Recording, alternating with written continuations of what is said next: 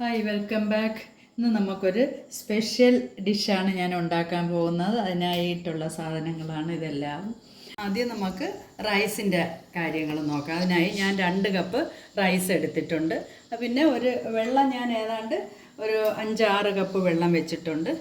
നമുക്ക് വെള്ളം ഒന്ന് ചെറുതായല്ല നന്നായിട്ട് തിളച്ചിട്ടുണ്ട്. ഒരു 3 പച്ചമുളക് ചെറുതായി അരിഞ്ഞതിടാം. ഒരു തക്കോല ഇടാം. ആവശ്യത്തിന് ഉപ്പും കൂടി ഇടാം.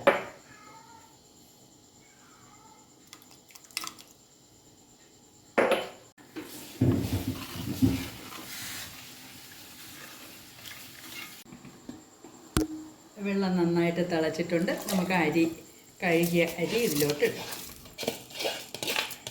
കുതിരാനൊന്നും വെച്ചേക്കേണ്ട ആവശ്യമില്ല. കഴുകിയ ഉടനെ നമുക്കിട്ട് ഇട്ടെടുക്കാം. അടച്ചു വെച്ച് ഒന്ന് നന്നായിട്ട് വേവിച്ചെടുക്കാം. ചിക്കൻ ഒരു 280 ഗ്രാം നന്നായിട്ട് കഴുകി വൃത്തിയാക്കി എടുത്തിട്ടുണ്ട്. ഇത് നമുക്ക് ഒന്ന് മാരിനേറ്റ് ചെയ്തെടുക്കാം. അതിനായി ഞാൻ ബൗളിലേക്ക് ഇട്ട് അല്പം കുരുമുളക് പൊടി,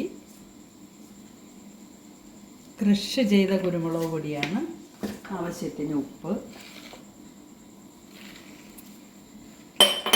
ഇഞ്ചി വെളുത്തുള്ളി പേസ്റ്റ്, 1 ടീസ്പൂൺ കോൺഫ്ലോർ ഇടാം.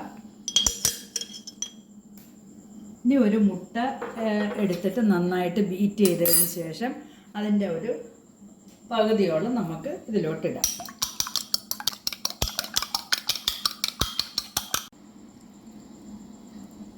മുട്ടയുടെ പകുതിയോളം ഒഴിച്ചിട്ടുണ്ട്.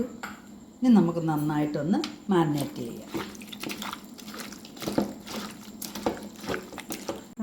ഉടനെ തന്നെ നമുക്കിതൊന്ന് ഫ്രൈ ചെയ്തെടുക്കാം. അതിനായി ഞാനൊരു പാൻ അടുപ്പി വെച്ചിട്ടുണ്ട്.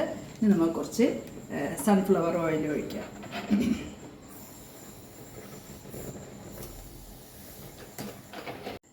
എണ്ണ ചൂടായിട്ടുണ്ട്. നമുക്കിനി ചിക്കൻ ഓരോന്നായിട്ട് ഇതിലോട്ടിട്ട് ഫ്രൈ ചെയ്തെടുക്കാം.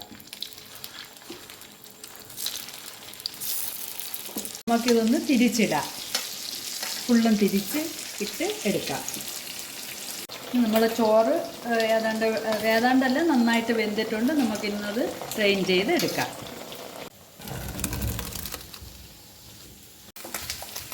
ഇനി നമുക്കിത് ചിക്കൻ കോരിയെടുക്കാം.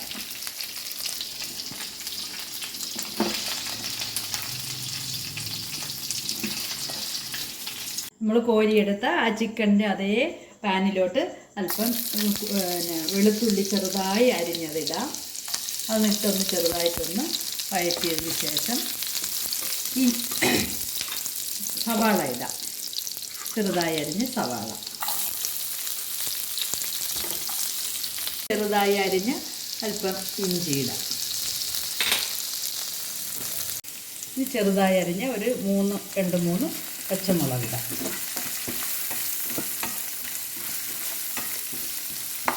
ഇത് ഏതാണ്ട് വഴണ്ടി വന്നിട്ടുണ്ട്. ഇനി നമുക്ക് ഇതിലേക്കൊരു ചിക്കൻ ക്യൂബ് ഇടാം. എന്നിട്ട് അതൊന്ന് നന്നായിട്ടൊന്ന് മെൽറ്റ് ചെയ്തെടുക്കാം. ഇതിലോട്ട് നന്നായിട്ട് തിളപ്പിച്ച വെള്ളം ഒരു ഏതാണ്ട് 1 കപ്പ് ഒഴിക്കാം.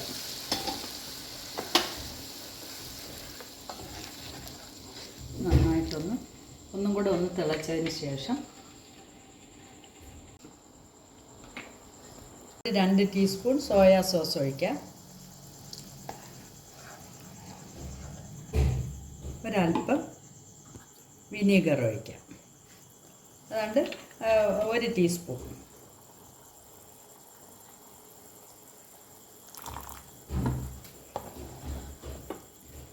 ഇനി നമുക്ക് ഒരു 1.5 ടീസ്പൂൺ തേൻ കൂടി ഇതിൽ ഒഴിക്കാം.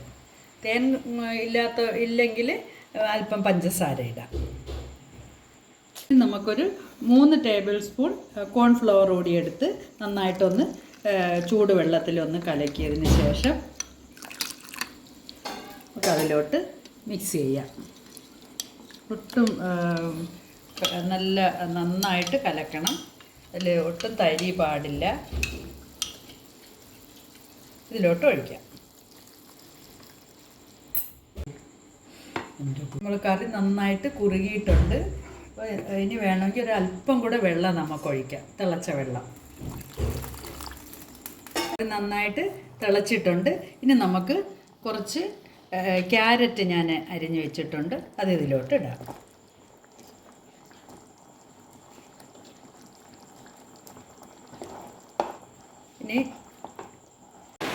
ഇനി ഞാനൊരു 1/4 സവാള അരിഞ്ഞത് കൂടി എടുത്തിട്ടുണ്ട്, അത് ഇതിലോട്ട് ഇടാം.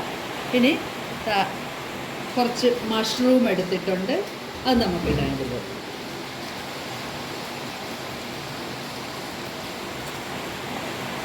ഒരു കപ്പ് ബ്രോക്കോളി എടുത്തിട്ടുണ്ട്, അത് ഇതിലോട്ടിടാം.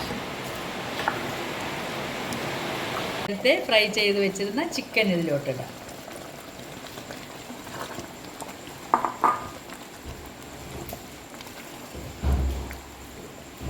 ലാസ്റ്റ് ഒരു 2 കളർ ക്യാപ്സിക്കം അരിഞ്ഞു വെച്ചിട്ടുണ്ട്, അതുകൂടി ഇതിലിടാം.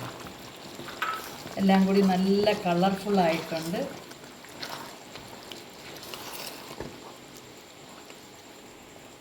ഏകദേശം നമ്മൾ വെജിറ്റബിളും ചിക്കനും എല്ലാം നല്ല ഗ്രേവിയിലോട്ട് പിടിച്ചിട്ടുണ്ട്. ഇനി നമുക്ക് ലാസ്റ്റ് ഒരല്പം സ്പ്രിംഗ് ഓണിയനും കൂടെ ഇട്ട് ഓഫ് ചെയ്യാം.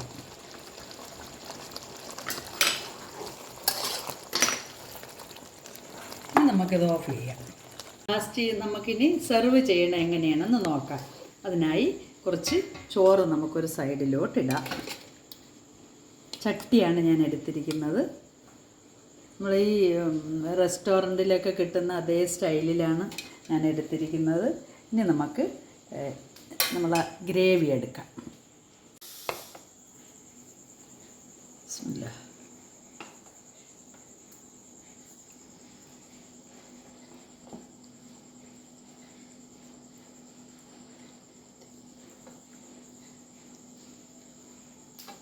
ഇനി നമുക്കൊരു അടപ്പ് വെച്ച് അടച്ച് ഒരു 5 മിനിറ്റ് ചെറിയ തീയിലിട്ടൊന്ന് ആവി കയറ്റി എടുക്കാം. അങ്ങനെ നമ്മൾ ഡിഷ് തയ്യാറായിട്ടുണ്ട്. ഇത് നമ്മൾ വൈറ്റ് റൈസിൻ്റെ കൂടെയും ബിരിയാണി റൈസിൻ്റെ കൂടെയൊക്കെ കഴിക്കാൻ പറ്റുന്ന ഒരു ഐറ്റമാണ്. നിങ്ങളിതൊന്ന് വീട്ടിൽ തയ്യാറാക്കി നോക്കിയിട്ട് ഇതിൻ്റെ ഫീഡ്ബാക്ക് അറിയിക്കണേ. എന്നിട്ടൊന്ന് സബ്സ്ക്രൈബ് ചെയ്യാത്തവരൊന്ന് സബ്സ്ക്രൈബ് ചെയ്ത് സപ്പോർട്ട് ചെയ്യണം. Okay, bye bye.